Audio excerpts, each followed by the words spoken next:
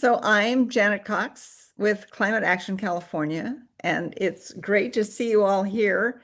This is our mid-year edition of our perennial two-part training series. The first series, the first issue today is talking about how we pass legislation in Sacramento. The second part, which will be on Wednesday, is about how you can help to make sure your legislator does what you want them to do. So we normally run these trainings at the beginning of the session and in the middle, and this is the mid-year edition. So I want to thank our co-sponsors. Climate Action California is really fortunate to work with some great partners in a lot of what we do. So we work frequently with 350 Sacramento, with Climate Reality Project, California Coalition, and with Third Act, Socal, and we're really happy to have those folks co-sponsoring this training, and I'm sure a number of you are with some of those groups. I want to introduce our presenters today. Will Brieger is with Climate Action California and 350 Sacramento. Adam Sweeney is with Climate Action California and the Climate Reality Project, Silicon Valley. And we've got some more of our team in the background, making sure everything runs smoothly. So we're going to get going in just a second, but I do want to say that we will stop at a few strategic junctures for questions, but you should also put your questions in the chat. Some of them will get answered there. The good ones will bring forward to discuss with the larger group, and we'll also have questions at the end.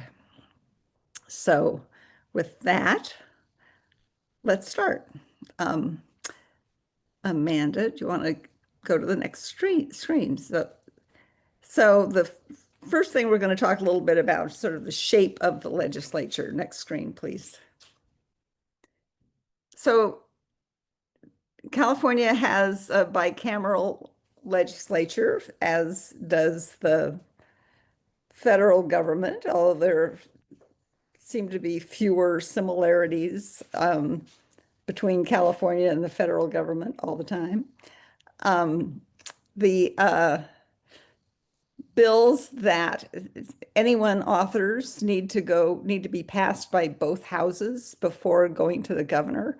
We've just finished the first part of the 2025 session, so bills have been passed out of their houses of origin and are now in the second house, or they're dead, or they're on hold. Famously, California has 2/3 supermajorities in both houses for the Democrats, which is great because in order to pass any kind of a tax measure or urgency bills, you need 2/3 of both houses. But the supermajorities aren't quite as super as they were before the election in 2024. We've lost a few seats, and in order to have those supermajorities, a lot of folks who aren't nearly as progressive as we would like them to be call themselves Democrats and get counted in that way. Next slide, please. So there are 40 senators, 80 assembly members, roughly. Each Senate district is about twice the size of an assembly district, or has 2 assembly districts in it. Senators have 4-year terms, assembly members have 2-year terms, and there is a lifetime limit, term limits for 12 years in the legislature altogether, which means there's just a tremendous amount of churn, which you're going to be hearing about in this presentation. Next slide, please. So you don't have, you can't really see this except to see that the Los Angeles, Southern California area and the Bay Area are really target-rich environments for assembly members. And the next slide will show you the Senate, where the districts are bigger, but they're still concentrated in those two areas. And, like other places, coastal California is generally more progressive than the less populated inland parts of the state. Next slide, please. So our sessions are 2 years. They start with the general election. So we are in the 2025 is the first year of the 2025-2026 session. And it's been challenging this year because the leadership in both houses have said that each member is restricted to 35 bills for the entire 2-year session, which is a stricter limit imposed earlier in the session than we've seen before. It sounds like a lot, but for 2 years, it isn't that many compared to what we've seen in the past. And what it's done is it's made it a little more difficult for groups like us to prevail on a member to carry our favorite bill. We are sponsoring our first bill this year, AB 368, which is about passive house construction. But it's been difficult because the legislators are very aware of the limitations on the number of bills that they can carry over the 2 years. So the thing about the 2-year session is that you really do have 2 years to get your bill passed. And so if any bill that stalls or dies in committee this year, except for some that are pretty much killed off in appropriations, can be brought back next year at whatever stage it left off in. But the second year of the session is normally a tougher year to pass strong climate legislation because everybody's running for office, and the folks who give the most campaign contributions are like not us. They're oil and gas and big ag. And so the second year is normally harder. Next slide, please. So this is all about personalities. That's really what politics is. It's just all about who has the power and who is afraid of the power that they are wielding. So let's talk about who's in power in Sacramento. Next slide, please. So this is Mike McGuire. He is the Senate President pro tem only since February 2024. He's been in the Senate for a long time. Super nice guy, very strategic, not tremendously, he doesn't wear his liberalness on his sleeve. He terms out in 2026 and he's running for insurance commissioner. So the pro tem, the leader of the Senate, has some very important powers. The pro tem appoints committee chairs and committee members. And that because this is all about personalities, those are incredibly consequential decisions for what actually gets passed or gets amended or gets killed or gets voted down. So he also chairs the Rules Committee, which decides which bills are going to be heard by which committees. So there are just tremendous opportunities for strategy here. And the leaders probably have the best likelihood of being able to talk to the governor and being heard. Next slide, please. So McGuire is terming out and moving on, and the Democrats have already elected his successor, who is Monique Limon. She will probably take over in like February of 2026 so that McGuire can spend his time running for insurance commissioner. We think this is really good. And I'm very encouraged by the fact that the Senate would elect her. She's just fierce and really nice. And I think people like her and respect her, and I think she's got some very persuasive powers, and she is really all in on climate. So I think this is really quite hopeful for us, and I'm very anxious to see what her committee assignments look like. Next slide, please. Meanwhile, McGuire has appointed Ana Caballero from Merced as the Senate chair of the Appropriations Committee, and that is undoubtedly the second most powerful office in the legislature. She has been an attorney for many years. She's been working on behalf of farm workers and farm workers unions and the vulnerable committees in the Central Valley. She is more conservative on climate than we wish the appropriations chair was. She has especially been promoting some hydrogen bills that Climate Action California has been opposing as without a huge amount of success, although Monique Limon has worked some amendments into some of Caballero's bills that have made a difference. But she's also terming out in 2026, and she's running for state treasurer.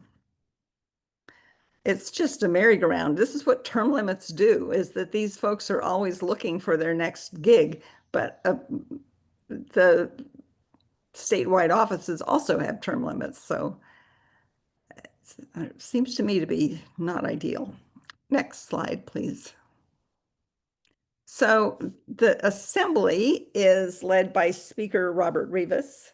He also just started in July 2023. So within about 6 months, we had new leadership in both houses, which was a little destabilizing because you sort of hardly know what to expect. And since it's all about personalities, you kind of need to know what these people are like and what they want. We're still trying to figure out what Robert Rivas wants. So he comes from a rural district in San Benito County. He, as a mayor in San Benito County, he actually passed a fracking ban. As leader of the assembly, he's done some interesting things. He added a bunch of committees, and he turned the Rules Committee over to a chairman who seems to me anyway to be pretty green and didn't understand the consequences of referring bills to many committees, which turned last year into just a zoo of conflicting committee dates. He is also authoring AB 306, which we'll talk about a little bit later, which is a bill that we have a lot of problems with. But he also seems to be extremely powerful, and people seem to be, especially in the speakers don't carry a lot of bills. He's co-authoring 306, and that seems to mean a lot to his members.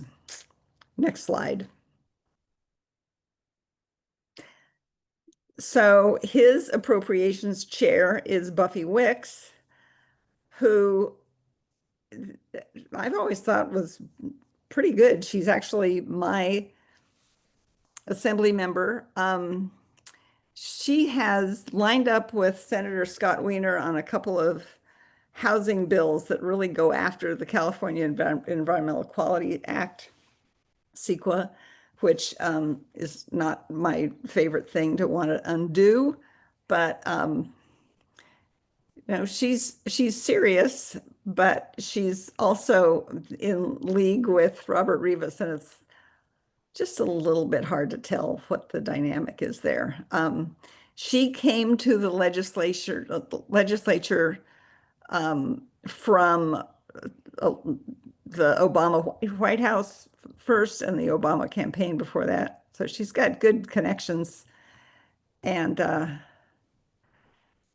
this is just also interesting. The longer you watch these people, we're just trying to figure out who are they? What do they want? Who are they listening to? And for some of us, that's kind of the draw. Next slide, please. Questions. Anybody have any questions so far? We have one, Janet, in the chat. Rita asks, I drive a hydrogen powered car, so I'm curious, why is Climate Action California against hydrogen? I would love to talk to you about your hydrogen powered car. So, boy, there are lots of reasons, and we have a fact sheet we can share with you about why. And, I'm going to let Adam answer this question. Uh, I mean, we all can because we've been talking about hydrogen a lot. The short answer is that electric cars have kind of run the race. This is sort of like VHS and beta. I mean, it's just, but it's, I'm really happy that you asked that question because I don't know anybody who drives a hydrogen car. Adam, do you have a comment? I mean, this is a bigger thing. This isn't really the topic for today. I don't think we want to get deep into technical issues around hydrogen versus battery electric cars. Main answer is hydrogen is largely very dirty today and made from methane, and uh, battery electric cars are just more efficient and do a better job of using electricity. That's kind of the very short answer, and they're winning. That's the other part of the short answer. Sign up with us, and we have a lot of people who would love to talk to you about hydrogen and your car and your experience with trying to get the thing fueled. So don't go away. This is really exciting. I think Ava had a question about appropriations. Actually, two. The first one she had was, what climate bills usually require a two-thirds supermajority? And then why is the Appropriations Committee the most important? Good questions. So there are two kinds of bills, at least, that require two-thirds votes. One is bills that are construed to be taxes, and the other is urgency bills. Well, and there's a third.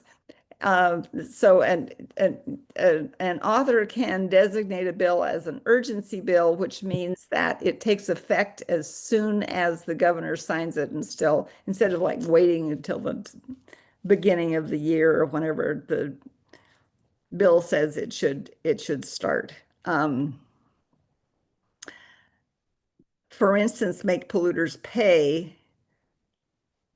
Actually, the two bills we're going to talk about tonight, make polluters pay and 306, are both urgency bills and require two-thirds. The second, oh, I'm sorry, what was the second part of the question, Linda? Why is the Appropriations Committee the most Oh, important one? yeah, because that's kind of where the political decisions get made, regardless of what happens in committee.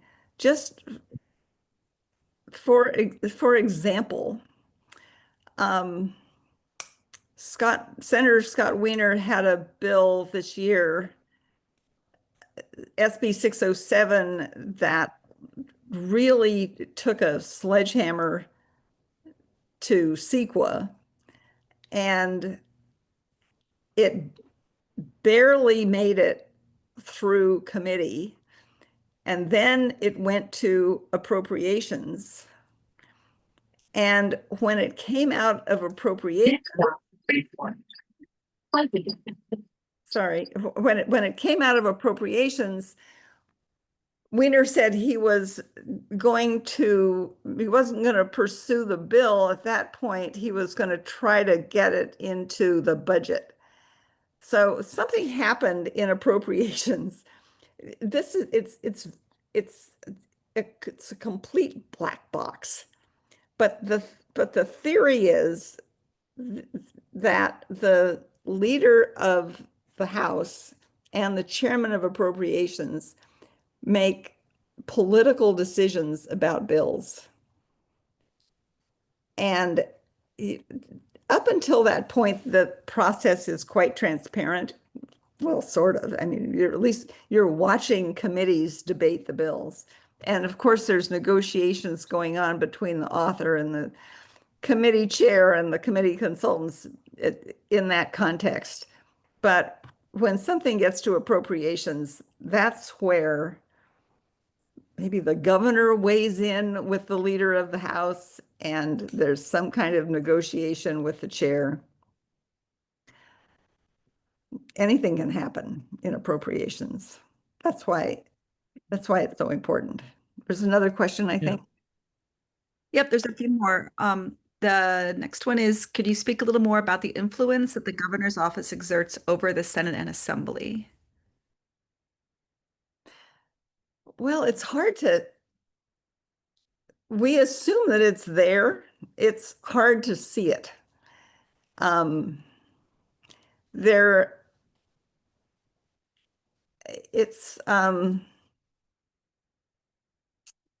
governor has some tactics that he's used in the past that are pretty interesting. He has shown up at the last minute with a gut and amend bill that has not gone through the committee process, but he starts leaning on the legislature to pass it anyway. This happened at the end of at the end of the last two sessions. If you recall, he called for a special session to talk about lowering gas prices.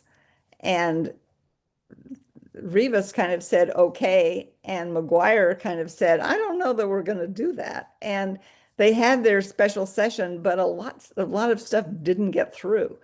It's really, I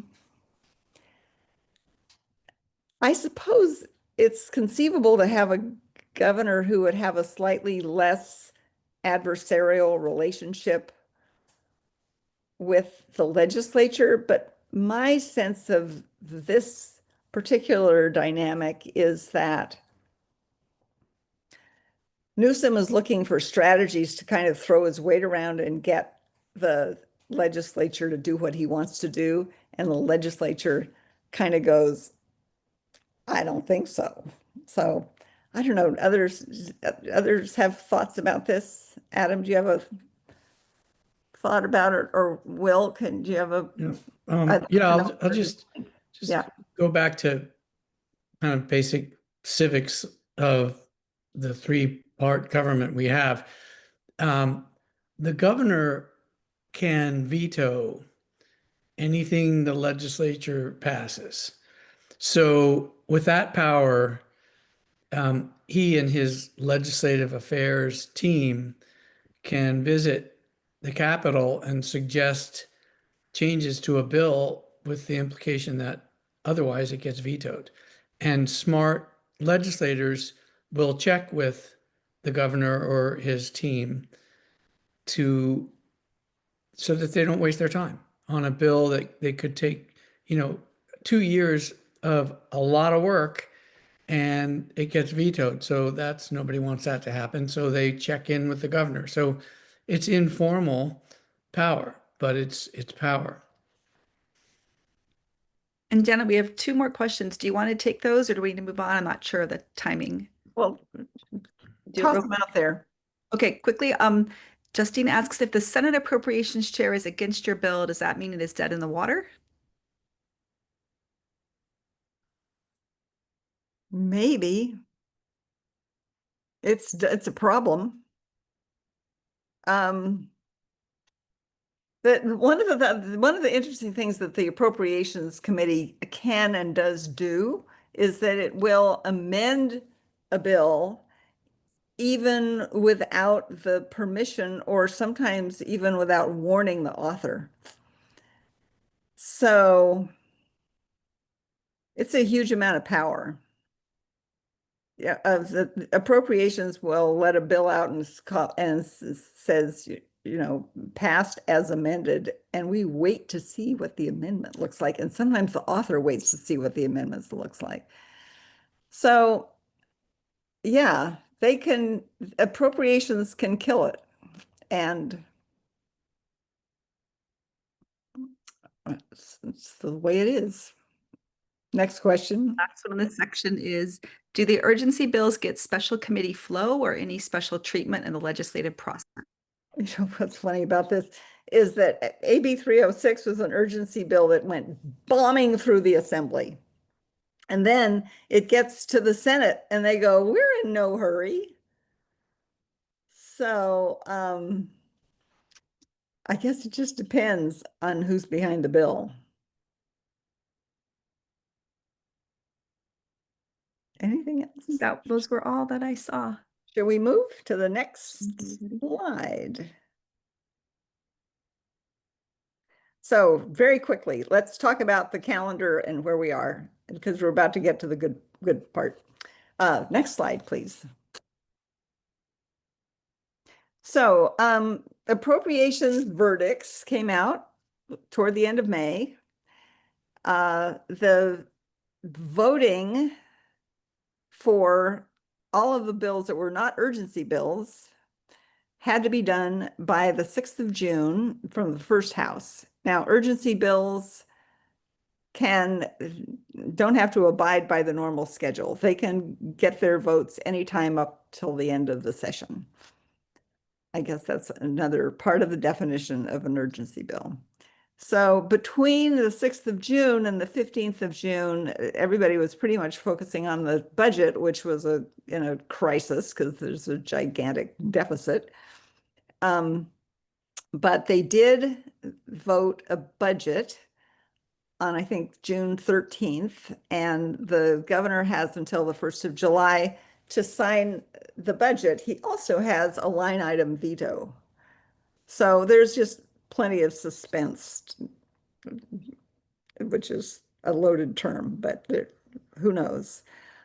So somewhere between now and July 18th, all of the second house committees will hear the bills that have come over from the first house. So we're frantically redrafting letters and talking with authors and with committee staff about amendments that we would like to see. But this second part of the session seems very compressed, and it seems it's always a sprint. Then you get to the recess where everybody takes one deep breath and starts scrambling to get ready for what's coming. The appropriations decisions on the second House bills doesn't come till the end of August, and then there's about a little less than 2 weeks with Labor Day in the middle of it for all of the voting to happen. And then it goes to the governor. I think next slide is about the governor. The governor has a month to sign or veto all the bills that wind up on his desk. And it is true that if he doesn't sign or veto them, bills go into effect anyway. He normally releases veto statements, and sometimes signing statements, but normally he does say something, and maybe it's only a 4 line letter explaining why he vetoes a bill, which is always interesting and helpful to know for the next session. Next slide, please. And then this is remember the Mickey Mouse Club? There used to be Anything Can Happen Day. It was Wednesday. It was my favorite day. But every day is Anything Can Happen Day in the legislature because rules are made to be retired or broken or changed. I mean, it's nutty. So you just have to keep watching. Bills can change in committee when they're amended. They can change in appropriations when they're amended. Gut and amend is a very interesting process where an author takes a bill that he or she thinks isn't going to go anywhere. It gets to a certain point in the process, and then you strip out all the language and put in something completely different, and it starts where that bill was at that moment. So this is, as I said, this is one of the strategies that Newsom has used to try to get bills introduced and moved at the end of a session. Anyway, the 72-hour rule is interesting, and it's rarely removed for a particular bill, but what it says is that after a bill is amended, it can't have a floor vote for 72 hours. And this really matters at the very end of the session when, committees are having emergency meetings and authors are amending their bills and everybody's scrambling. So you never know. You have to keep watching. It's always exciting. And now I think we're going to turn it over to Will. Next slide, please. Yeah. Good Yes. afternoon, Will Brigger. Before I forget, one little comment about the rules. There are hundreds of pages of rules for the Assembly and the Senate, and they write them and they can change them. Gut and amend, where a bill goes most of the way through the process, gets thoroughly debated, and then gets changed, is not allowed under the rules. But they can change the rules and make exceptions. It's undemocratic because nobody gets a fair shot at debating and weighing in on those situations. And that's the kind of surprise that Janet was referring to. The 72-hour rule or 3-day rule is in the Constitution, so it's a little harder to ignore. Most of the rules are written, they write their own. But Will, So, I had no idea that gut and amend was illegal. well, Everybody only, does it. well, not Amazing. everybody, but it's poor practice, right? Okay, so my section is what we're planning for 2025. And to make sense of that, just a little bit of context, Climate Action California and 350 Sacramento and several other groups have traditionally taken positions on bills after some internal debate and discussion and tried to write thoughtful letters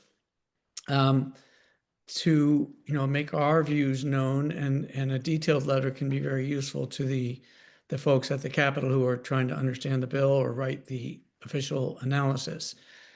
At times, our groups have done sort of direct advocacy with contacting legislators that we know or have developed relationships with.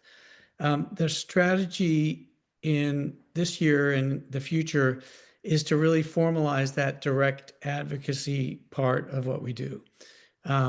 We want to maintain our reputation as thoughtful and a source of a lot of expertise, so that we can write not just a "we support the bill" short letter, but several pages of analysis and why we do and what the arguments are and why some arguments are wrong, et cetera. So we want to maintain that, but we want to take that expertise to the members and their staff. So we have formed a group we're calling the Capital Team to do just that. And it's work that happens both at the Capitol and in the districts, because the way to move a legislator is not simply to persuade him or her of the merits, but to get their constituents on board and calling, writing, and pressuring their elected person. It's a democracy, thank goodness. And that's how legislators react. They react to their constituents, things in the newspaper, which of course their constituents may be reading, or I should say the news these days. So that's a part of the strategy if you're trying to convince a legislator or move a legislator in towards a certain position. So I think the rest of the slide speaks for itself. I mean, some of our activities include attending hearings where you voice your position in a brief sense in public when the bills go to a particular committee hearing. And an advantage of being at a hearing or anywhere else in and around the Capitol is you meet people, and there's some fine people in our allied groups and people who care about, environmental issues, climate, and people who care about, foster care. I mean, there's just a lot of really interesting people gravitate towards Sacramento, both the elected folks and the advocates. So it's actually super enjoyable to participate. The next slide, please. We set out thinking we were going to focus on certain committees where our bills, meaning climate-related bills, tend to go. And in a way, we do that, but the way we do it is we follow bills. The larger group identifies the bills that we want to support or oppose.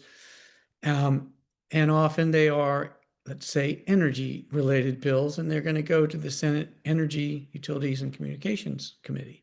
Or in the Assembly, they'll go to the parallel, the Utilities and Energy Committee in the Assembly. So we specialize somewhat on the Capitol team so that any one person can get to know the legislators and the staffers on the committees. So if your specialty is energy related, you'll get to know the pertinent staffers and legislators, and they will get to know you and ideally view you as a trusted resource.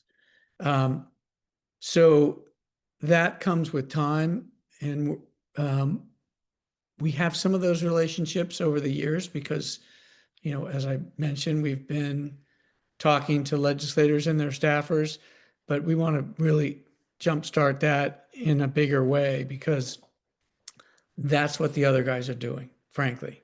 And if we're going to keep up with the folks who take the opposite position on our bills, sometimes it's an industry, we need to be there. So that's the key part of the Capitol team strategy. And you can see the committees here are, obviously relate to climate. They don't match up perfectly with the bills.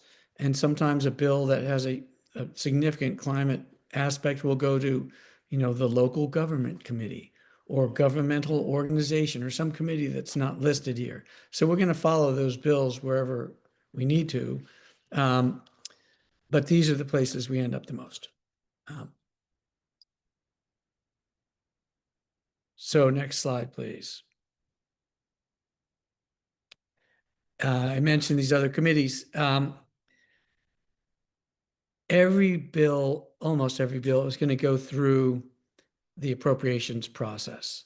And one thing we didn't mention earlier, and this is my somewhat cynical view, the appropriations process is designed, I think, to be a black box so that the bills can be killed and traded in secret, essentially. It's not a democratic or transparent process. And if you think back to the very beginning of this training, 120 legislators with 35 bills each is 4,200 bills. That's a lot of bills. It's more than anyone's going to read or understand. And they need a way to thin them down. Again, my personal view, because they don't have the self-control to only do 10 bills per legislator or 20, they do 4,200 bills.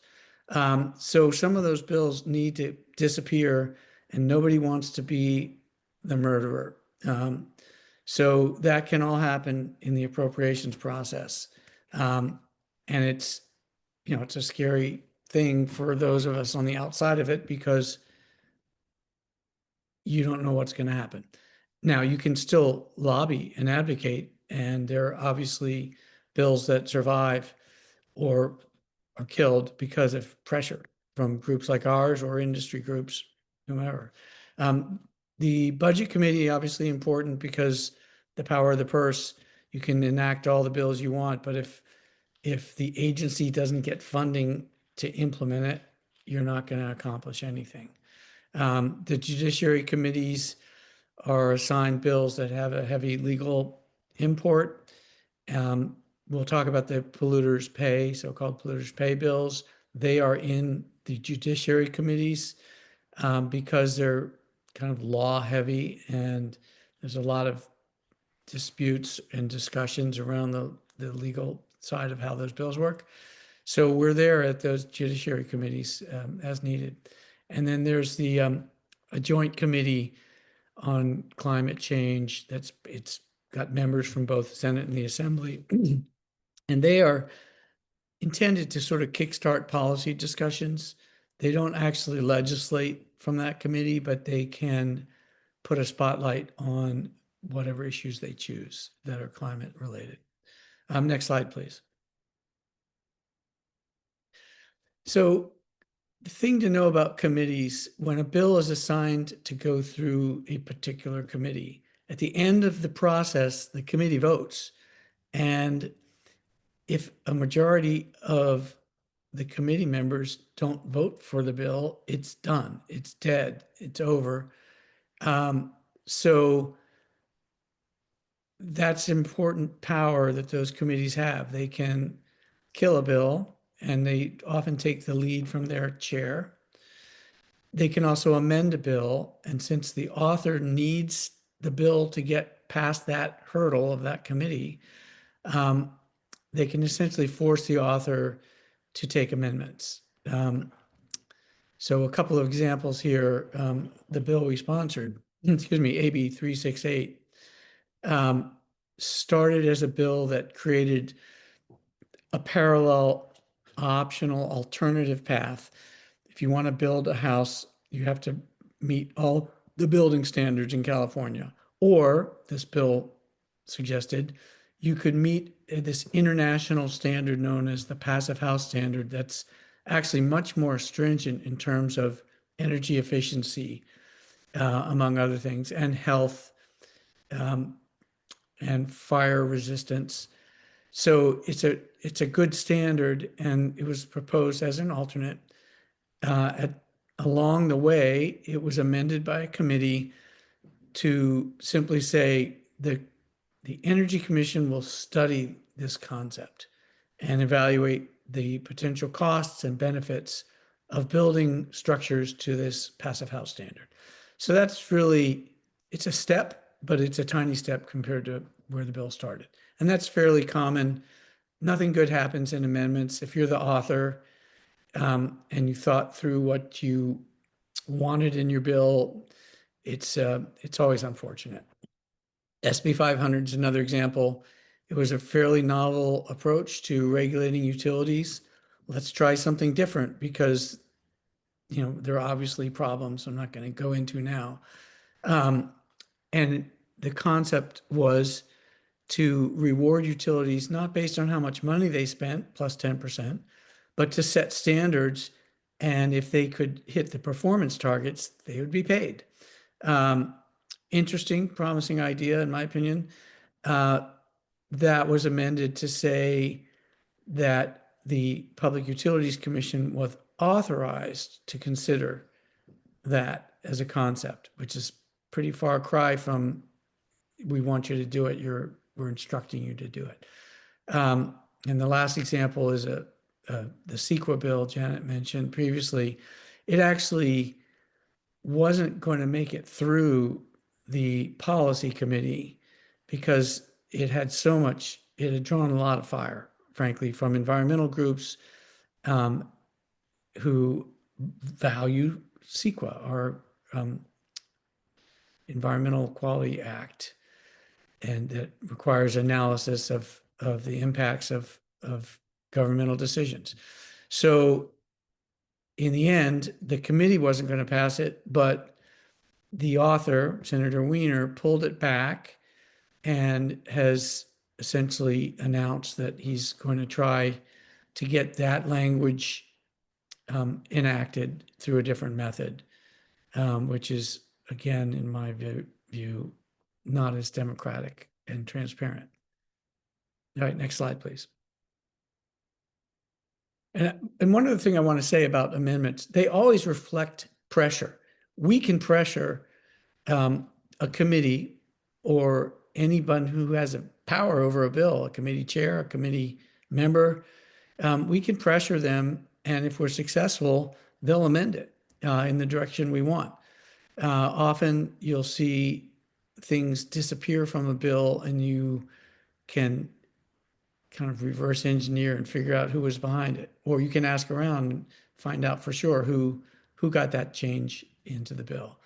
All right, next, now we're looking at the one bill in particular here, which is an example of you need to pass the committees where your bill is assigned. The so-called Make Polluters Pay Climate Superfund Act is a fiscal concept. It's not really an environmental bill per se. It's a requirement that the largest greenhouse gas emitters in the world will pay their proportionate share based on their emissions for the damage that California has suffered that can be attributed to climate. So wildfires, we've always had some wildfires. They're bigger and more frequent. There's now a way statistically to tease out how much of that fire is attributable to climate. And that would be an example of a damage that would be added up and then billed through essentially an invoice to these behemoth companies that are the biggest emitters in the world. So that the money paid on those bills under this proposed law would go into a Superfund account and could be used for things that we all like, preventing climate change, addressing and repairing after these climate-driven disasters, resilience of all kinds, renewable energy projects, and it would be managed. There's a whole section of the bill that talks about how it could be spent and what it can be spent on, with a 40% part designated to communities that are hit the hardest by climate change, and labor standards so that, these will be done through, well-paying jobs. So it's stuck right now there's a twin in the Assembly by Don Addis and in the Senate by Senator Menjivar. And they've each advanced through one policy committee and then were assigned to go to the Judiciary Committee. And before they get out, the authors want to be sure that they have the votes to pass it out of the committee. And Climate Action California, 350 Sacramento, Climate Reality Project. The list goes on. Pretty much every environmental and climate focus group is all over this, because we understand that these bills are going to be huge and they're going to keep coming. So there's lots of pressure from both sides about this concept. We like it. The industries that are going to be billed don't like it. And a lot of industries that won't be billed, just out of solidarity, are opposing it. The Cal Chamber of Commerce, for example. Well, there's probably only a tiny handful of California companies that will be affected by this bill directly. But the Chamber of Commerce, they know which side they're on, and they, I guess, are on the, like, we got to all hang together on this strategy.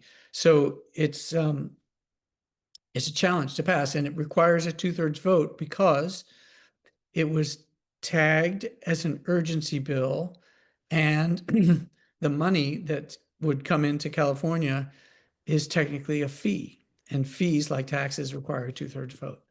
So it's going to be a very heavy lift to do it in 1 year, but it's also such an obviously good idea. I remain hopeful. Next slide, please. So a bill that's experiencing a very different fate, Assembly Bill 306, has flown through the House of Origin, in this case, the Assembly, because look who one of the co-authors is, the Speaker. Everyone is frankly scared of the Speaker. He can kill your bill. And if those of you who remember Willie Brown, he can assign your office to be a closet. He can take away your committee assignments. You don't want to cross the Speaker if you don't have to. So guess what? This bill, highly controversial, passed the Assembly in record time, 71-0.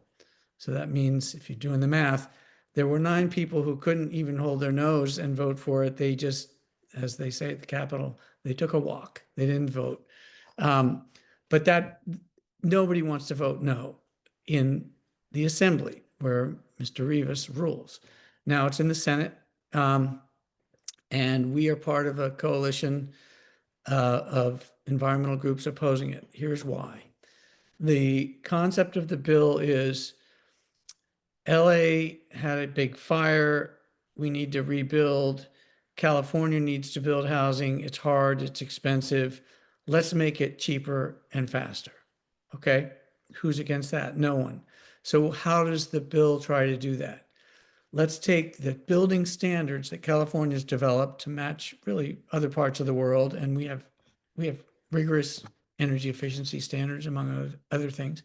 Let's take those standards and make them the foe and say, let's freeze those standards. No more changes, no new standards for 6 years. We're not going to touch those building standards.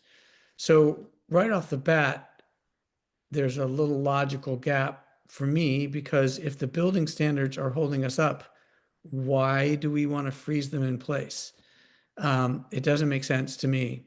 But we're not here just to critique logic. We're here as a climate group, and along with NRDC and many other groups.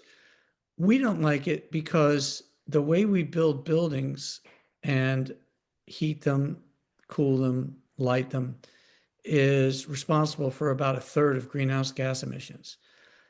We obviously need to do things differently. We need the ability to keep improving our standards. So freezing things in place and continuing to build buildings that are heated by gas, for example, not a good idea if you care about the climate. So we're against it. It's a tough battle because that Speaker, although the bill is now in the Senate, the Speaker can kill any senator's bill when it gets, as they all are that survived, over to the Assembly. So it's not, it's a fascinating political issue that is not at this point about the merits, in my view. And it sounds good if you're a anti-regulatory person and you think there are too many rules in California. It's not a crazy thing to think. You might see, yeah, sure, anything that reduces rules and changes, I'm for it. So there are people who, believe in the bill, and presumably other legislators who are, what am I going to do about this? I don't need to irritate the Speaker. So we'll see what happens, but the pressure is on from environmental groups. The pressure is on from some building related groups that favor it. And right now, the speaker is not apparently very interested in amending it, despite our many entreaties to repair it. So we remain opposed. But I'm learning a lot from watching it. This is the fun thing about the Capitol. Every bill is different. Every legislator is different. Every day is different, and it's just fascinating. So next slide, please. The bill I just talked about on the building standards is a good example of working with other groups.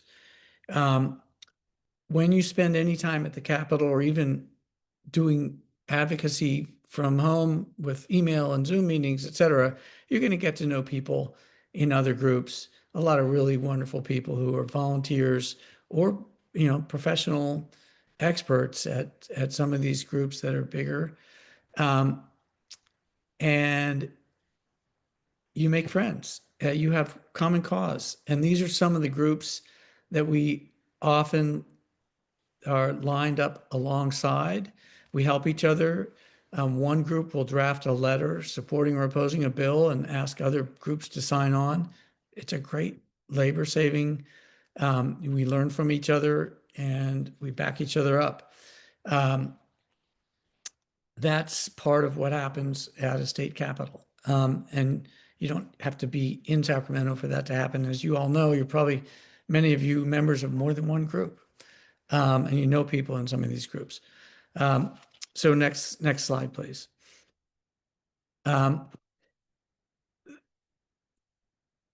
insisted that we add quotation marks around the word opposition on this slide, because these are groups we often see on the other side of an issue, if, on climate related bills, but not always. And what I'm learning is you need every friend you can get at the Capitol, whether that's a legislator, a staffer, or a lobbyist from the, Western States Petroleum Association. There may come a day, although with that example, I doubt it. There may come a day when there's something that we agree on and we can help each other. Or one of us, ideally, I would convince the Western States Petroleum folks to just stand down and be a little quieter about a bill. I'm not going to do that if I scowl every time I see them in the hall. So I don't think of them as the bad guys or the opposition. I hate their members, but that's just me. And some of these other groups I've worked with on bills where we had the same position and we helped each other, get it passed. But often these are the folks on the other side. All right, with that, I'm going to pass this over. Are we going to do questions? Is there another? Yeah, we'll take questions and then we'll go on to some of the nuts and bolts of how you track legislation. So actually, Will, I think the questions were all answered in the chat. We had a great team Okay. of questions. So I think Great. they were there answered. Excellent. Excellent. Well, Adam Sweeney is going to take it from here. All right. Thank you very much, Will. Let me just get my screen up. Oh, Amanda, can I have permission to share, please? There we go.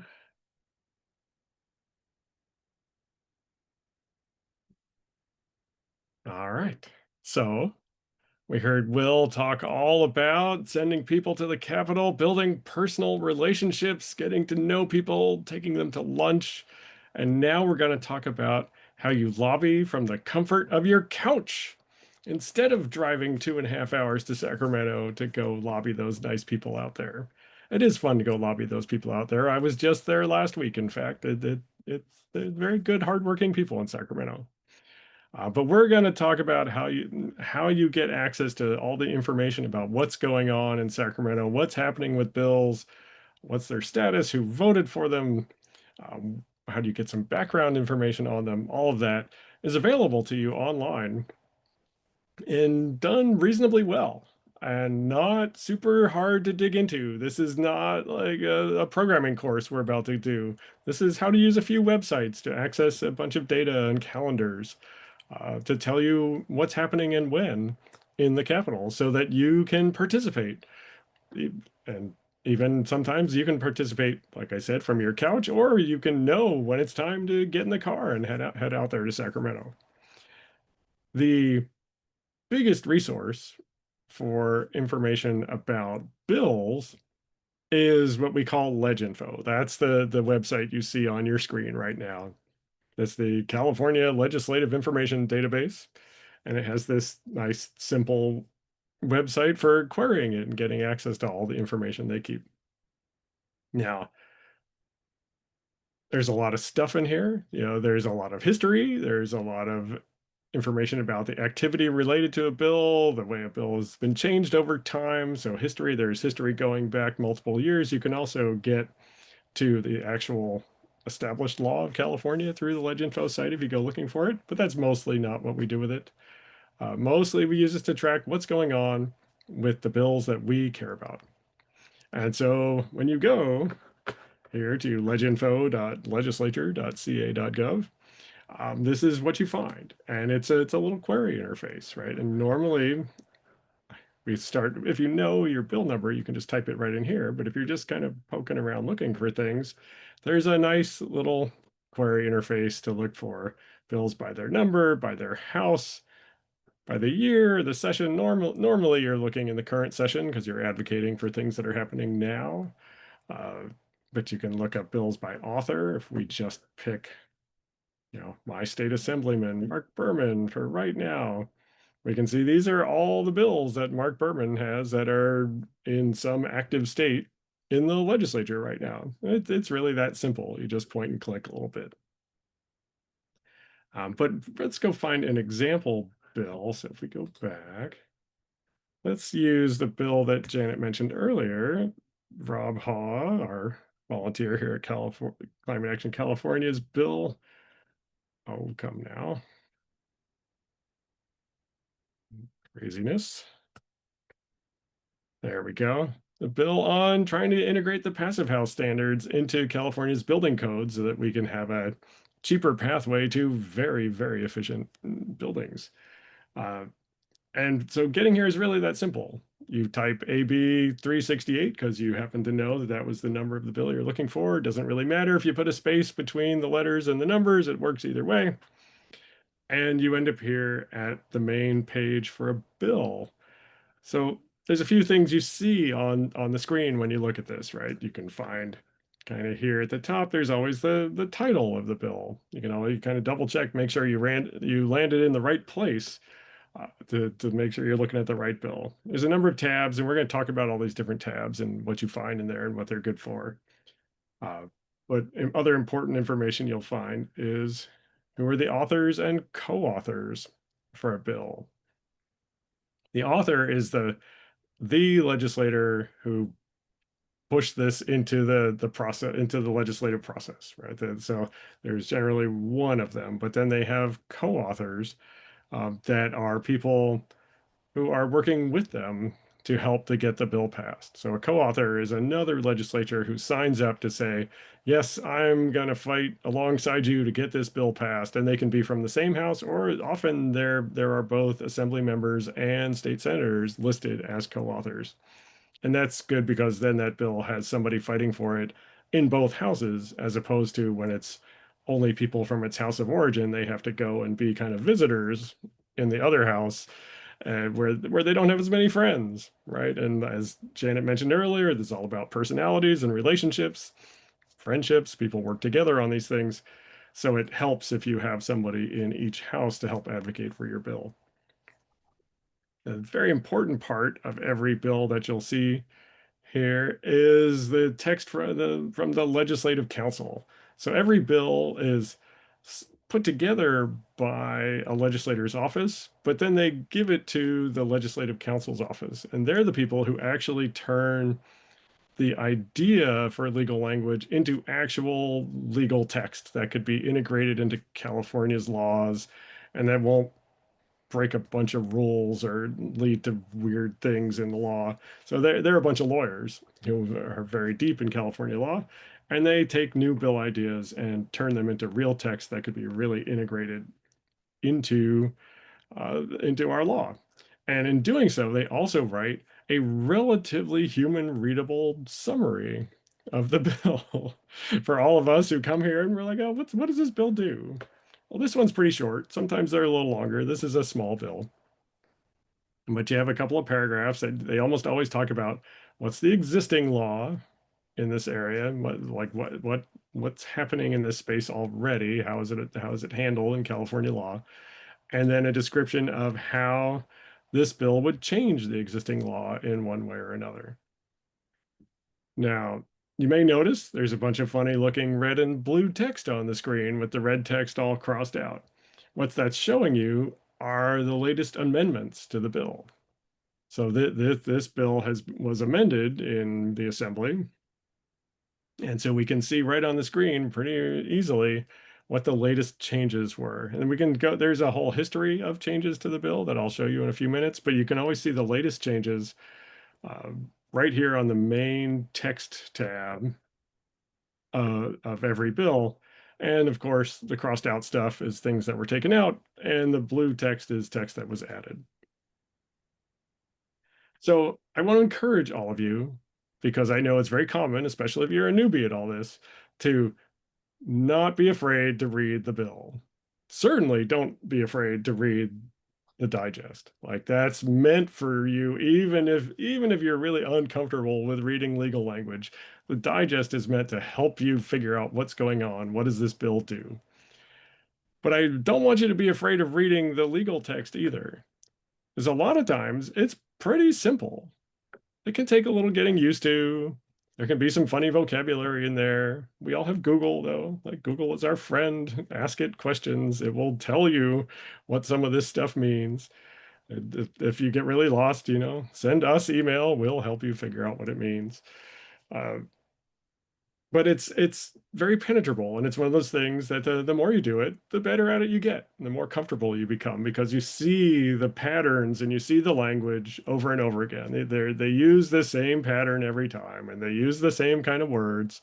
And the words are this legal stuff, so the words are supposed to mean things consistently across different laws, and so you do get used to this. It's not terribly scary. And so don't just dive in, right? No fear, get in there, read the bill, see if you agree with what it's trying to do or not. Now, like this was a very simple bill. It used to say, right, if you take out the blue text and read the red text, it used to say that the commission is going to evaluate passive house energy efficiency standards and adopt them if they think it's a good idea. But this was amended to say, well, they're going to evaluate whether these would be cost effective. And then you're going to write a report and send it back to the legislature. See, here you're going to submit a report back to the legislature. And then we're going to decide then if we're going to tell you to do this or not. Not the end of the world. Like this is, that evaluation is an important step for building standards in California. We're very sensitive these days about making buildings more expensive. So a little studying is not the end of the world for this idea. Obviously, we here at Climate Action California would like to push it faster and get it done sooner. But like we talked about how bills get amended and changed, this is not the death of this idea. You can see it right here in this example. You can see what happened. It got changed. It's going to be slower than we want, but there's still room for us to push this forward and really make it happen for California. So what's going on with this bill? Well, we have this tab called the status tab. You'd think if you want to know what's going on with a bill, you look at the status tab. There's a bunch of kind of cryptic looking stuff here. I tend to look in a few places. There's like, what house is it in? What committee is it in? And then kind of what's been going on with it. You can see down here by date, what happened with it. And so we can see this one. Well, actually here, let's start here. We can see that on June 2nd, it got voted, read third time and ordered to the Senate means that it got voted on the assembly floor and handed over to the Senate. The third reading is when they do the voting on the floor for a bill. Uh, and then you can see it made it over to the Senate, and someone presented it to the Senate, and it goes to the Rules Committee because I think, as Janet explained earlier, the Rules Committee is the one that decides which policy committees are going to take a look at your bill and have to approve it before it goes further on in that House. And so we can see, well, the Rules Committee referred it to, and you'll get used to these acronyms if you look at these enough. And I'll show you where to find all the committee names in just a minute. But that's the Energy, Utility, and Communications Committee within the Senate.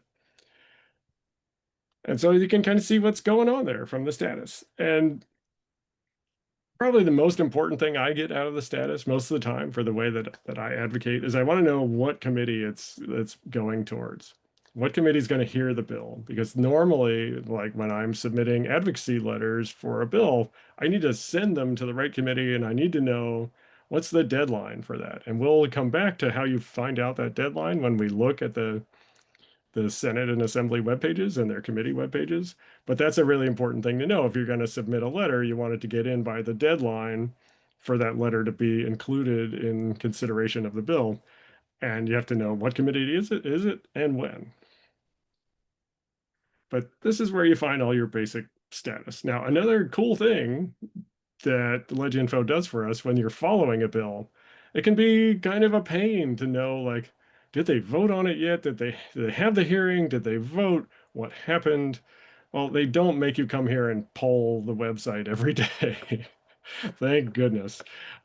Instead, over here, they have this little track bill mechanism. And if you click on it, Adam, just letting you know, I can't see your screen anymore. Can other people see his screen? Just want to make sure. I can see it. Yep, Okay, I never I mind. see it. No You keep problem going, with Adam. me. My bad. no worries, no worries. Thanks for checking. Could you make it larger? No, let me try and make the font a little larger. I can't, the screen is already pretty big. Hopefully that's a little bit better. Yes. And so this lets you sign up for notifications about a bill that you're interested in. Generally, I just click for all of them. You hit add notifications, and then every time a bill, something happens to it in the legislature, you'll get an email saying, hey, something happened to your bill in the legislature, with a little hint. It's usually very cryptic, so it's kind of hard to know exactly what they meant. But then you can come back here and look it up and figure out what's going on with your bill.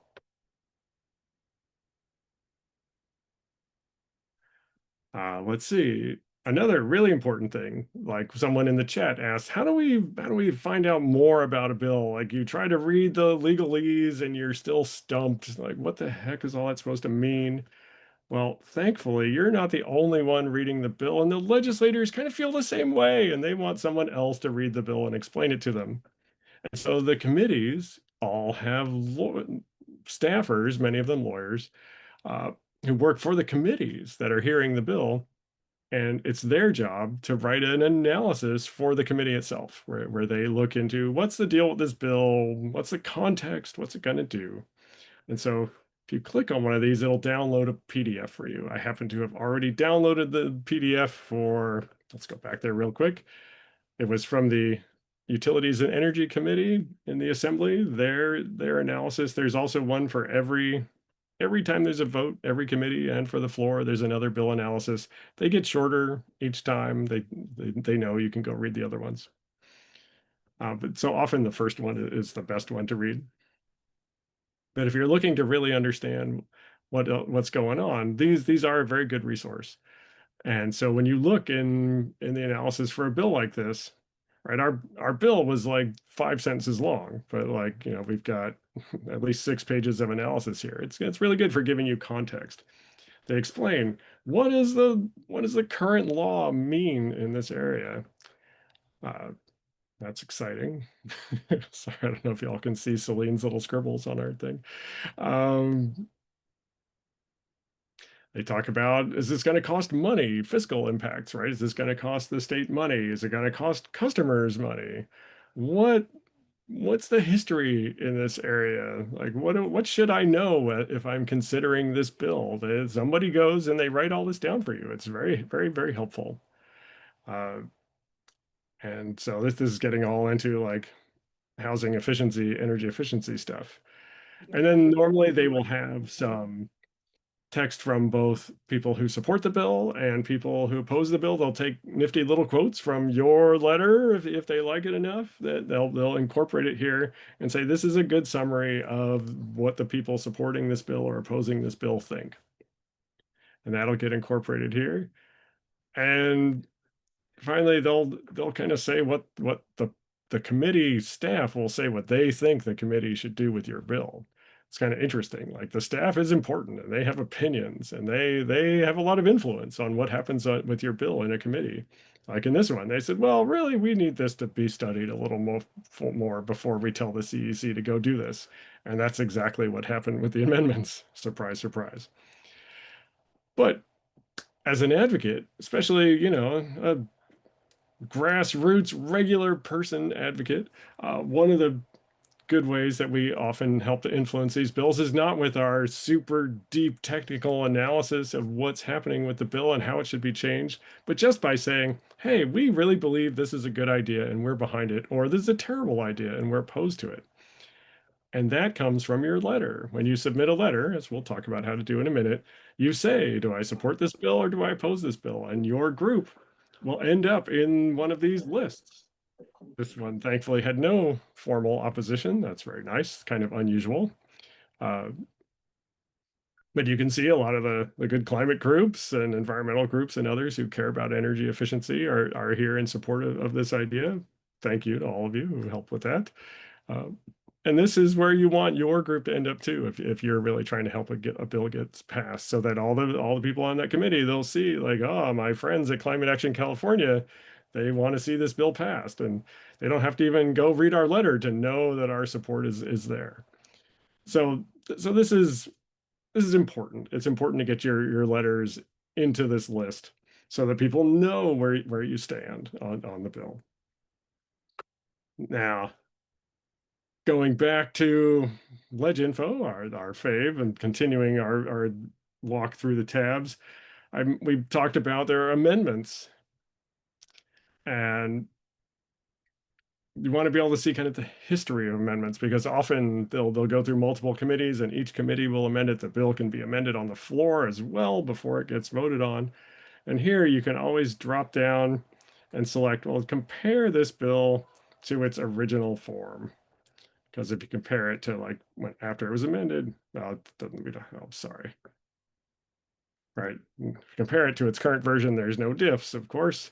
But if we compare it to the original version, now we can see the differences there. And so this can just be very handy, because your bill can turn into, from like a bill that you support, into a bill that you don't support anymore if it gets amended the wrong way.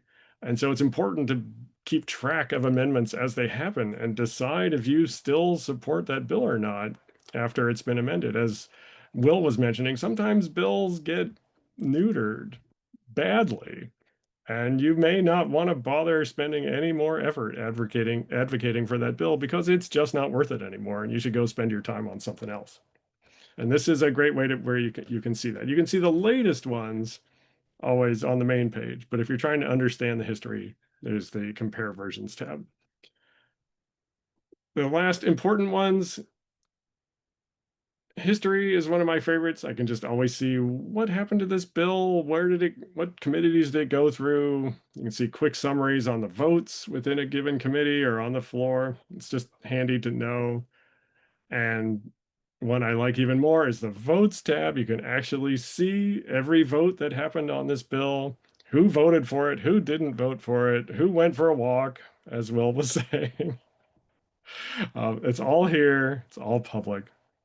Now, someone asked in the chat, you'll see sometimes that like someone's vote changes, like you'll have seen the hearing and then you look here and it's different. And that's because they sort of hold those votes open, sometimes because assembly people and senators are very busy and they're running back and forth between the houses sometimes, so they have to come back and vote later. It provides an opportunity for people to change their votes, which is an interesting dynamic in our legislature. As far as I know, you always get the end result at the end of the day. What did they decide to do? If you want to know what they did at the beginning of the day, I think you pretty much have to watch the recordings of the hearings, and I'll We'll try to show you where you can find those in just a minute. And lastly, well, we were talking about bill analysis is a great way to learn about the bill. Another great way to learn about a bill is the fact sheet for the bill. Authors generally produce a 2-page summary of their bills. It's nice, human readable kind of thing. You can call the author's office and ask them to email you a copy, and they will send it to you. And it's really that simple. And don't be afraid to call their office. They're all nice, and they will answer the phone and just help you. And they're usually some like 24-year-old, so don't worry about it. All right, that's ledge info. Let's talk about the websites for the houses, because these are pretty handy too. So if we start with the assembly webpage, you can see Robert Rivas there, a nice picture. A little bit of general information. You can find things about the current hearings. You can, where did they hide their, yeah, there's always finding the recordings is around here somewhere. But mostly what I come here for are the committees. We're mostly interacting with committees, trying to get the committees to pass bills through or to stop bills from passing through. And you have to work with the committee directly. There's lots of committees. We work mostly with a handful of them. Today, let's use utilities and energy here in the assembly as an example. You can see who the chair of the committee is. Very, very important person. If they don't like a bill, they have a lot of influence about whether it gets through their committee or not. But very importantly, we talked about letters and due dates. And so generally, somewhere on the committee webpage, you can find a table that looks kind of like this. That says, well, if you're talking about bills heard that are going to be heard in the hearing on June 25th, you better get your letter in by noon on June 18th. All right, and so for some reason, there's no standard format for these committee pages. They all have their own personality, but you can generally find this on here. The other thing you'll find are just little instructions about letter submittals. This one doesn't have much. Well, we'll see a little more on the Senate version of this. And also, you can always find a link to the advocacy portal here, and that's where you would submit your letters. And we'll go visit that in just a little bit. Let's see, hearings. Yes, of course, you want to know about the hearings. So we come to the committee, we want to come and see, well, when are your meetings scheduled? Well, they don't have much scheduled yet because we're really just starting the second House sessions. They're just coming up to speed again. And so we can see they kind of finished off the first House stuff and they haven't really scheduled the next one. But you can see when they are scheduled, they list the bills that are going to be heard in that hearing. And what being heard generally means they're going to talk about it and then they're going to vote on whether to pass it and with or without amendments. And so when you're looking for a bill that you're advocating for, you've found over in the status page, it said, oh, it got referred to the Assembly's Utilities and Energy Committee. That's when you got to start looking for this. And they're not great about telling you when this changes. And you kind of have to follow those notifications you get about your bill got sent to the committee, and then you come and look, and then you have to check every day or two until you see it actually show up in a committee hearing to know when it's really going to be heard. And that'll tell you where your deadlines are. Let's see. Also, back on the committee's main page, there's some important information like their phone number. Like, why would you want the committee's phone number? Well, it turns out, just like when you call looking for a fact sheet to an assembly person or a senator's office, you can call the committee's office itself, and the staff members will pick up the phone and talk to you about the bill. So if you're a little lost and you can't figure out when is this bill going to be heard by your committee, you can just call them and ask them.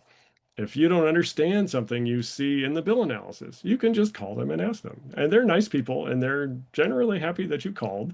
They seem to like our participation in these things, and they'll talk to you, and they're not scary at all, and they're very helpful. So definitely, if you feel the need, call them. If you're unsure, call them and ask. And it doesn't have to take a long time. They can you get quick question and answer, and off you go. It's very helpful. So The Senate, of course, also has their own page. There's Mike McGuire, our Senate president. Very good. Same sort of thing. You know, they have their calendar. The calendar can be handy. Often you want to know like just the big picture of the session. You can find all of that and when all the deadlines are around the calendar. And just like the other one, they have their own committees page with a long list of committees. And here we can look at the Energy Utilities and Communications Committee. A lot of our stuff goes through this committee. That's why I keep using these two. These folks have a lot more detail on what they want in your letters. You know, there's telling you like if you're going to do multiple orgs, you must put names and org names. Make it clear which organizations are joined on your letter. Don't just shove their logo at the top and hope for the best. Yeah, they really want names. Like they don't want sort of ambiguousness in who sent them this information. They want to know where it came from. And and when you go to the position portal, they want you to make sure you name their committee, that they're not going to inherit it from other committees that you submitted it to earlier in the process. They want you to send it directly to them. You can also always see, I didn't mention this on the other one, but they usually have the members page and you can see who's on this committee. Like, hey, there's Josh Becker. We all love Josh Becker. He does great stuff for our space. Ben Allen too. Very, very good people on this committee. But you can see them all. You know, and you'll see people you know, and boy, especially in the assembly, there's a lot of them, people you don't know, but that you want to get to know over time. So let's go take a look at that advocacy portal. So you've got a bill, you found out all the hearings coming up, it's time to submit my letter, you work real hard on it. Here you come to the advocacy portal. You create your own login for this. You set up a little profile with a nice picture of yourself, with your messy office behind you, and you know, if you like that style, and here it shows you and how to contact you, and then it has a record of all the letters you've supported. And I've been at this for a few years now, so I've submitted a few letters. But when you want to do a new one, you just go to the little submit a letter thing and you say, AB 368 clearly needs more support letters. And you can, you click on search, it finds it, and there you can make sure you found the right one. And then you can say, who am I submitting this for? And you could submit it for yourself personally, for the group you're representing, or a set of groups that are doing it together. Like if you're submitting a multi-group sign-on letter, you go to this part, and then it lets you pick name after name. It's a little bit slower, so let's go this way. And here you can see, yes, this bill has been assigned to the EU&C committee, so make sure it goes there. It's going to go to Silverio, who must be the staff person on this committee, who's going to take a look at your letter. And you can also send it to other ones if you want. And then you get to the important page where it's like, well, what's your position on this thing? Do you support it? Do you oppose it? If you're in a more qualified state than that, you give it a nice little title like Climate Action California loves AB 368, something, something like that. I usually try to keep it positive, and then you select your PDF, and you review and you submit, and your letter goes, and it goes into their database, and they all have access to it. We want to see like what does a position letter look like. We'll just give you a quick look at one that I and some other people here at Climate Action California wrote this year. It's for SB 254. It's a great bill trying to bring down utility costs here in California from Josh Becker's team.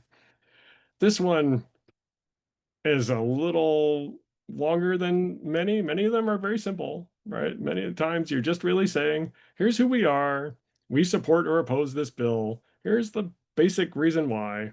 Thank you very much. Please vote for or don't vote for this bill. And it can really be that simple. You don't have to be the super duper issue or legal analyst to have an opinion on a bill.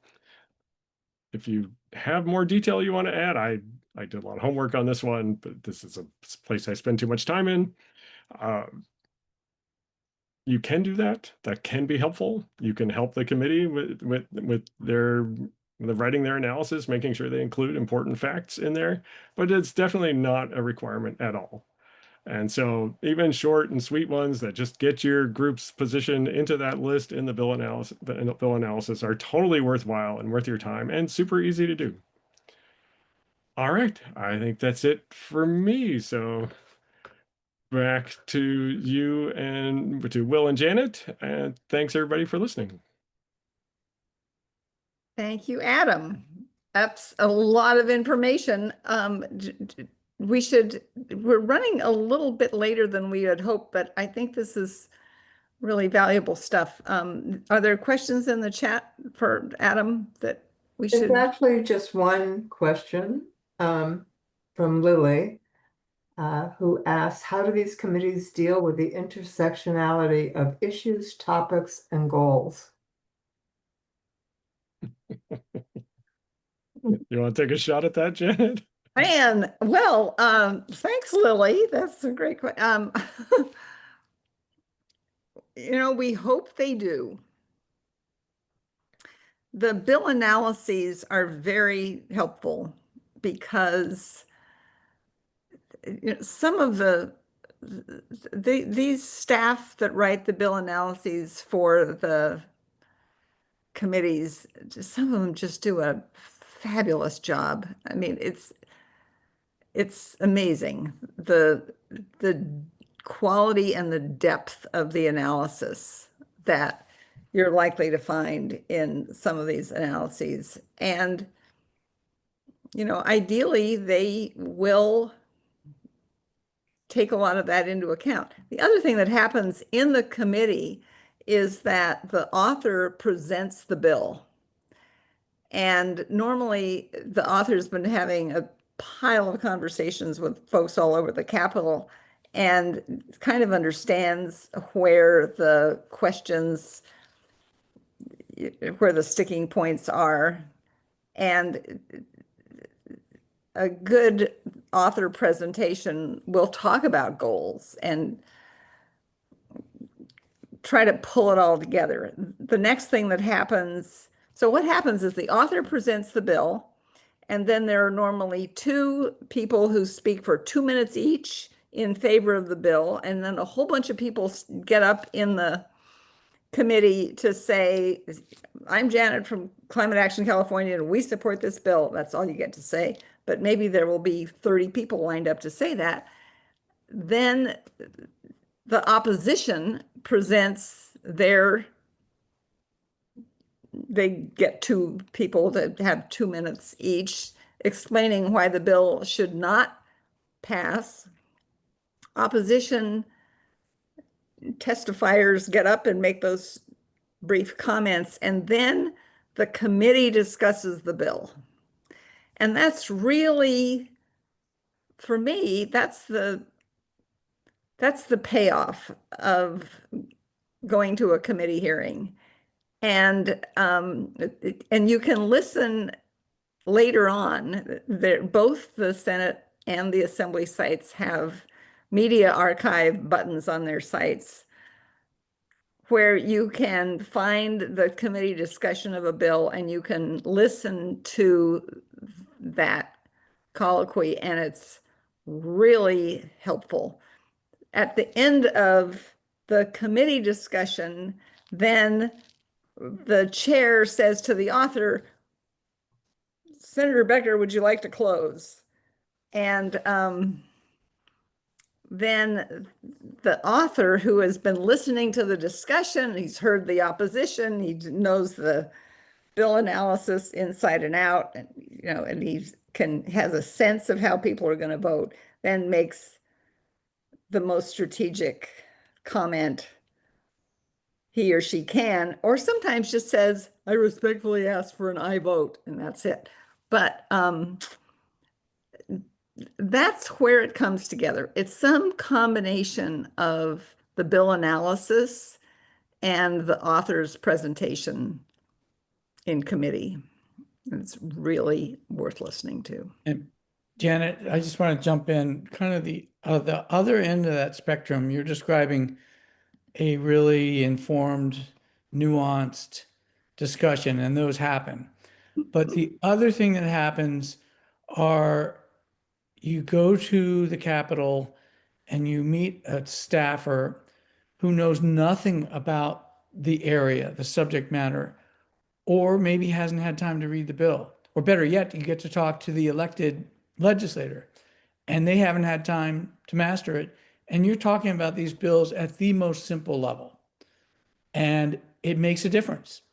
It lacks all the sophistication sometimes. Sometimes it's this is who we are. We're a large statewide climate focused organization and we support this bill. That means something right there. Sometimes it's more involved. You can say 10 seconds, 30 seconds of why it's a good bill or bad bill. And that registers. So there's all kinds of conversations that happen in the process. And we have a further question from Lisa. Actually, I was wrong. It wasn't Lily, it was Lisa who was asking that question. So each legislature gets an allocation of bills. Is there any coordination between the legislators to meet overarching goals? That's such a great question. So we had 65 meetings with legislators early this year, starting in January. It was pretty amazing. And I'm sure we'll do it again, and you're all welcome to join. But I made that point. I said it to practically everybody we met with. Well, since you're so limited as to the number of bills that you can carry, have you thought about coordinating with other members so that you don't all write bills about the same topic? And the answer was, that's really hard to do. It's very strange. There were a couple of new members just recently elected who said, "That's a great idea. I'm going to really try to work on that." And I thought, thank God somebody is, but it's weird. I think the environment is a little competitive, and the Assembly and the Senate don't coordinate with each other as much as would seem logical to us on the outside. But great question. I really thought that limiting the number of bills might make that happen, but we haven't seen a whole lot of that. And that's it for now. So I think the next thing, and we're way late. I hope people aren't mad at us for running this long, but I think it's been a great conversation.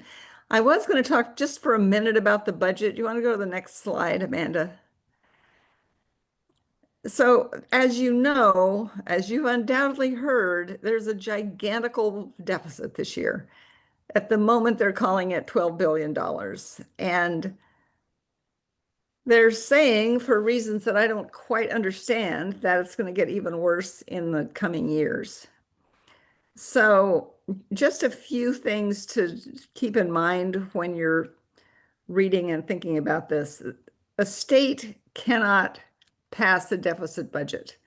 Unlike the federal government, we don't print money. So there has to be a balanced budget. And the budget process continues for the whole length of the session. The governor sends out a draft budget in January, and then the legislature worries about it for a while, and then the tax receipts come in April, and the budget is revised to reflect the actual receipts. And then there's, all of the subcommittees are meeting on various parts of the budget, and it all has to come together by June 15th. It's very unpredictable in California because after Proposition 13, there really isn't there aren't the kind of local property taxes that used to make governments run. And so California and to, places like Massachusetts and other states that have adopted a Proposition 13 style budgeting policy are really stuck with income taxes as the major source of revenue. And income taxes, go up and down with the stock market, which goes up and down with all kinds of external forces. So it's really unpredictable. And we had a few good years where we passed a lot of good climate legislation. And that kind of came to an end a couple of years ago. And so we've had some tough years. This year is going to be bad. And I think this is, the appropriations committees are technically supposed to be making their decisions based on prudent budgeting. I mean, that isn't what happens. We've been saying it's a black box for political decision making. But there are a lot of bills that get decimated in appropriations because there just isn't the money in the budget to pay for the programs to make these policies run. So it's really difficult. So the governor, as we said earlier, has a line item veto. So we're sort of waiting by the next week, we should see what the final budget signed by the governor looks like. But even after that, there are trailer bills that can pop up any old time between now and the end of the session. They are normally authored by the budget committees, and they don't go through the normal committee review process that other policy bills do. This is why, Senator Scott Wiener from San Francisco is the chair of the Senate Budget Committee, and he had this draconian CEQA bill, SB 607, that wasn't going to make it through. It might not have made it through appropriations. It probably wasn't going to make it past the floor. But as the budget chair, if he gets the governor on his side, he can stash it in a trailer bill that could pass with a lot less oversight. So trailer bills are a kind of a dubious practical necessity. I'd love to hear what Will has to say about trailer bills, but this is just a few comments about the budget that hopefully will help you read about it as the news comes out. So, and I just want to say a couple of sources to look at. Cal Matters is really quite good on analyzing policy developments. Politico California is also good on a lot of these topics, and they have an environmental newsletter that's helpful. I mean, there are other sources too. Some of them have paywalls, but if you've been through one of these trainings and sort of thinking about how it all works, reading some of those sources is more interesting, I think. So with that, next slide, please. I think we're just about there. Yes, so Wednesday at the same time, same place, I think. It might be a different Zoom link. Part 2, how we advocate in Sacramento. Next slide. I think we've got some of the details. These are some of the things that we're going to describe on Wednesday, and it's a different cast of characters, so you won't be listening to us, but it'll be good. Next slide, I think that's it. Are there final questions that people want to ask before we No. thank you? Not at the moment. That's it. A lot of thank yous, but that's it.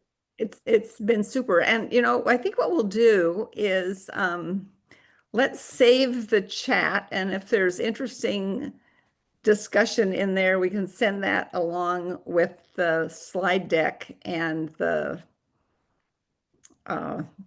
videos when they're done, because I think the chats are super interesting and helpful. Oh, and here's our last slide. Sign up to volunteer. We would love to have you. What Climate Action California tries really hard to do is to give everybody good work to do for the climate.